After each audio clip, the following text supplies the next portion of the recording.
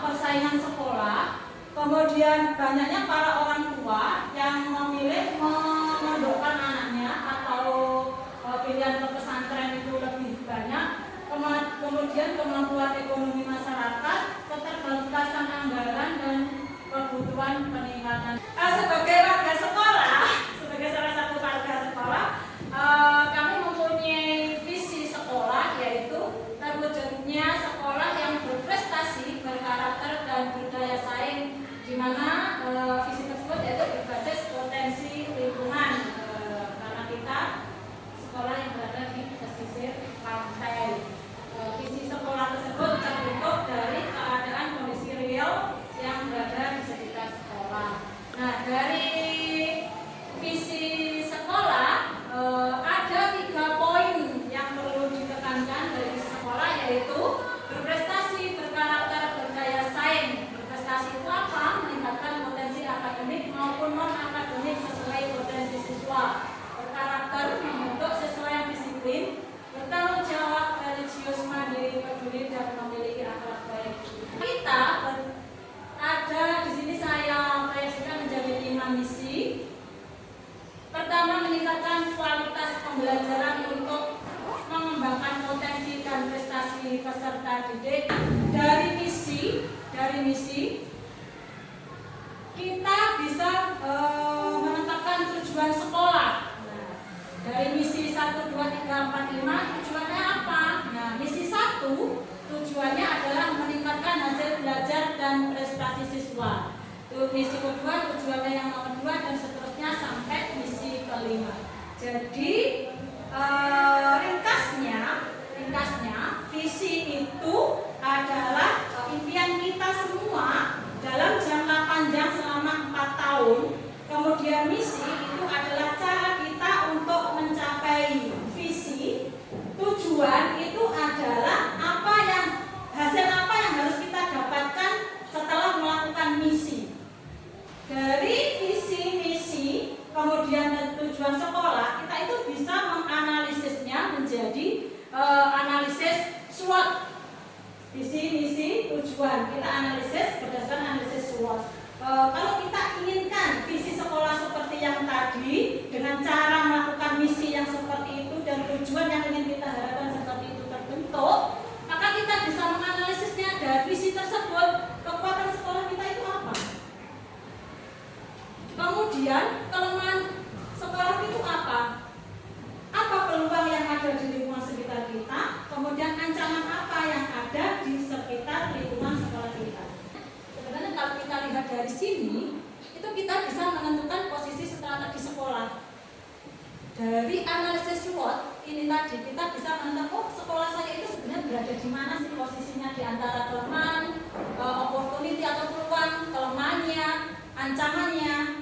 Di sini saya merumuskan satu strategi pengembangan bahwa benar memang sekolah kita itu kecil dengan jumlah siswa yang tidak terlalu banyak, tapi justru dengan siswa yang terbatas itu kita bisa memungkinkan pelayanan kita itu secara personal. Ya kan, seharusnya kita bisa menghandle anak didik kita itu dengan lebih efektif. Kelemahan digabung dengan peluang. Nah, kelemahan kita apa tadi yang seperti saya jabarkan tadi? Nah, peluang kita apa? Itu kita bisa memanfaatkannya. Kalau kelemahan kita masalah dana murid kurang, nah, kita jangan pernah mengambil program yang berbiaya mahal. Jadi kita tidak harus bersaing dengan sekolah sekitar itu perihal fasilitas, tapi mungkin bisa lebih ke karakter pendampingan secara personal. Di sini saya membreakdownnya, yaitu untuk 2026 kita kuatkan dulu fondasi sekolahnya.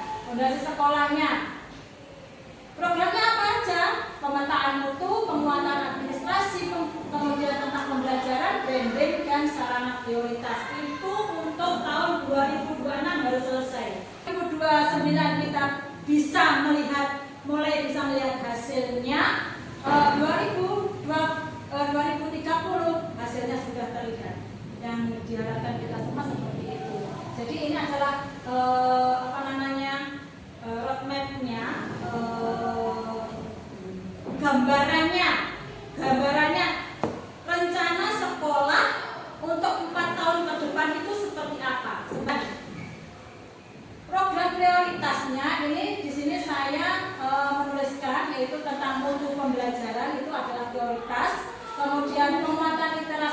organisasi, karakter, branding sekolah, pengembangan kompetensi guru, kemitraan sekolah, kemudian yang ketujuh itu sebenarnya adalah penguatan karakter. Sesudah RKJM yang 4 tahunan dan kita sudah menentukan program prioritas, maka langkah selanjutnya kita menyusun yang namanya RKT, yaitu rencana kerja tahunan. Kalau kita sudah membayangkan dalam 4 tahun itu, oh program ini yang harus kita laksanakan di sekolah selama 4 tahun. Nah, berarti per tahun pertama itu apa yang harus diselesaikan terlebih dahulu? Ini adalah timeline per bulannya. Jadi Januari Februari kita melaksanakan apa untuk RKT 2026? Oh, persiapan konsolidasi atau analisis awal gitu. Kemudian Maret Mei apa yang kita lakukan? Oh, penyusunan visi misi, profil sekolah dan penelusuran.